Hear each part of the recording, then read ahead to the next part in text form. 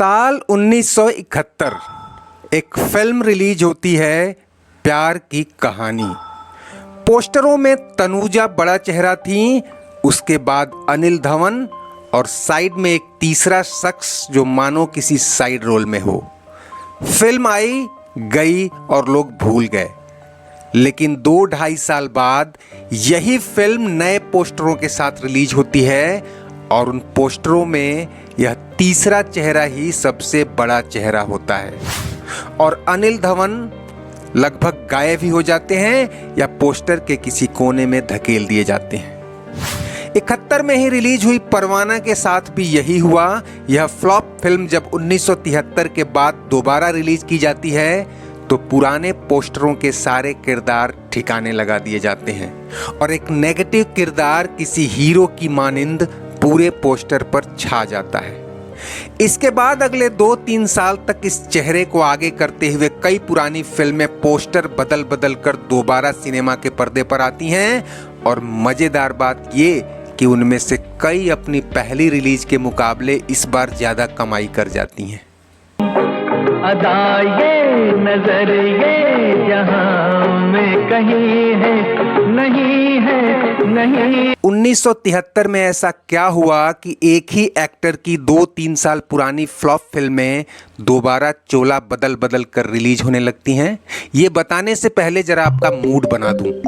Harry Potter वाली generation को शायद इस बात पर यकीन न हो कि बॉलीवुड में कोई एक्टर शुरू में लगातार 12 फ्लॉप फिल्में देने के बाद 13वीं फिल्म से स्टार बना, फिर एक के बाद एक कई हिट फिल्मों से सुपरस्टार तो क्या एक दिन स्टार ऑफ द मिलेनियम बन गया। हम यहाँ हैरी पॉटर का जिक्र इसलिए कर रहे हैं कि दुनिया में सबसे ज़्यादा बिकने वाली किताब और इसके सबसे ज़्यादा पैसे कमाने वाली लेखिका को भी शुरू में इतने ही झटके लगे थे। जेके रॉलिंग जब ये किताब छपवाने निकली तो 1-2 नहीं पूरे 12 पब्लिशर्स ने उसे रिजेक्ट कर दिया था। यही नहीं दोस्तों, हॉलीवुड के सबसे महान फिल्म मेकर्स में से एक स्टीवन स्पिलबर्ग को तो एक फिल्म इंस्टीट्यूट ने एडमिशन के लिए 3 बार रिजेक्ट किया था। दोस्तों, अगर आपको लग रहा है कि मैं असली कहानी से भटक रहा हूं या इसके पहले कि आप ये वीडियो क्विट कर जाएं, 2 लाइनें और सुना देता हूं। दुनिया के महान वैज्ञानिक अल्बर्ट आइंस्टीन 4 साल की उम्र तक बोल नहीं पाते थे और स्कूल एडमिशन टेस्ट में फेल हो गए थे। और तो और अमेरिका के महानतम राष्ट्रपति अब्राहम लिंकन पहले 8 बार राष्ट्रपति चुनाव हार चुके थे। खैर, ये बातें आपको सिर्फ ये यकीन दिलाने के लिए थीं कि बॉलीवुड में लगातार 12 फ्लॉप फिल्मों से शुरुआत करने वाला, और अगर इसमें नैरेटर या कैमियो रोल जोड़ लें तो ये संख्या 16 हो जाती है। इतनी असफलताओं के बाद 11 मई 1973 को एक फिल्म रिलीज होती है, जंजीर, जो देखते ही देखते सिनेमा के पर्दे पर छा जाती है। देश में क्राइम, स्मगलिंग और करप्शन के उस दौर में पब्लिक इस हीरो को सराखों पे उठा लेती है और मीडिया की सुर्खियों में इसे नाम मिलता है एंग्री यंग मैन। जब तक बैठने को न कहा जाए शराफत से खड़े रहो। ये पुलिस स्टेशन है, तुम्हारे बाप का घर नहीं। 6 महीने के भीतर एक और हिट फिल्म आती है, नमक हराम, और नाकामियों की आग में तपकर कुंदन बना ये एक्टर उस दौर के सुपरस्टार राजेश खन्ना पर भारी पड़ता दिखाई देता है। फिर क्या था, जब 1974 आते आते अमिताभ बच्चन एक चमचमाते सितारे का नाम बन गया, उनकी कई पुरानी फ्लॉप फिल्मों के प्रोड्यूसर्स को उनकी याद आती है और वो उन्हीं फिल्मों को क्रेडिट लाइन और पोस्टरों में बदलाव के साथ दोबारा रिलीज करने लगते हैं।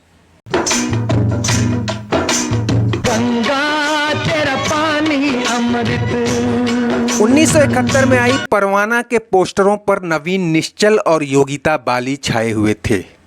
कहते हैं कि तब नवीन निश्चल ने प्रोड्यूसर से कहा था कि पोस्टरों में अमिताभ को शामिल न करें, क्योंकि तब अमिताभ अपने सबसे बुरे दौर से गुजर रहे थे। अमिताभ का चेहरा कुछ पोस्टरों से गायब था तो कुछ में एक कोने में दबा दिया गया था। लेकिन जब यही फिल्म जंजीर की सफलता के बाद दोबारा रिलीज की जाती है तो हर पोस्टर पर सिर्फ और सिर्फ अमिताभ बच्चन का चेहरा छाया था और खुद नवीन निश्चल पोस्टर से गायब हो गए थे। मकसद साफ था, अमिताभ के नाम पर दोबारा दर्शकों को सिनेमा घरों तक लाना।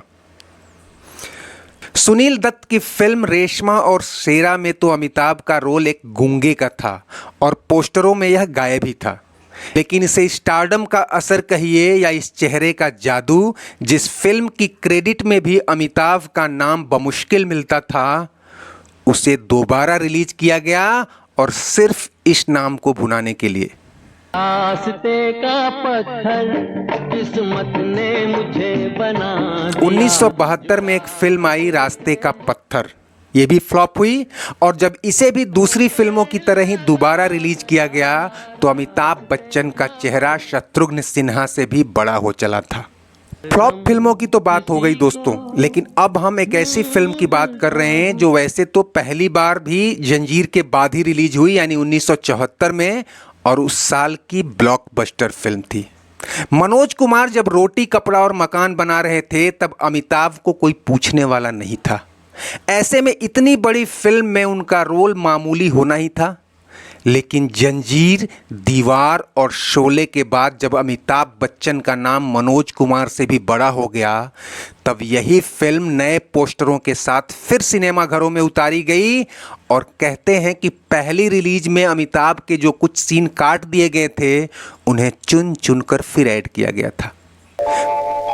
किस किस को देखिए, किस किस को रोइए, आराम बड़ी चीज है, मुंह ढक के सोइए। ये तो थी बात अमिताभ की ही फिल्मों को दोबारा रिलीज करने की, लेकिन दोस्तों जिन फिल्मों में अमिताभ गेस्ट रोल में या कैमियो रोल में नजर आए, उन्हें भी पोस्टरों में उनकी बड़ी तस्वीर के साथ पेश किया गया। यहाँ तक कि जिन फिल्मों में उन्होंने केवल नरेशन या केवल अपनी आवाज दी, उनके प्रोड्यूसर भी बिग बी की ब्रांड वैल्यू को भुनाने में कोई कोताही नहीं की। अपना गुजर बदल गांव की सीमा से लगकर अंग्रेज हुकूमत की छावनी थी। एक दौर ये भी आया कि अमिताभ बच्चन की फ्लॉप फिल्मों को भी दूरदर्शन पर दिखाने की बड़ी कीमत मिलती थी और सुपरहिट फिल्मों के लिए तो दूरदर्शन के दर्शकों को 90 के दशक तक तरसना पड़ा था। मैं हूँ डॉन, मैं हूँ डॉन, मैं हूँ डॉन। तो ये रहा नाम का असर और अमिताभ का शुरुआती सफर। रास्ते का पत्थर किस्मत ने मुझे बना। उम्मीद है आपको ये वीडियो पसंद आया होगा। चलते चलते इसे लाइक, शेयर और सब्सक्राइब कर लीजिए और कमेंट बॉक्स में अपनी राय जरूर दीजिएगा। शुक्रिया, नमस्ते, आभार। जो रास्ते से गुजरा एक ठोकर लगा गया।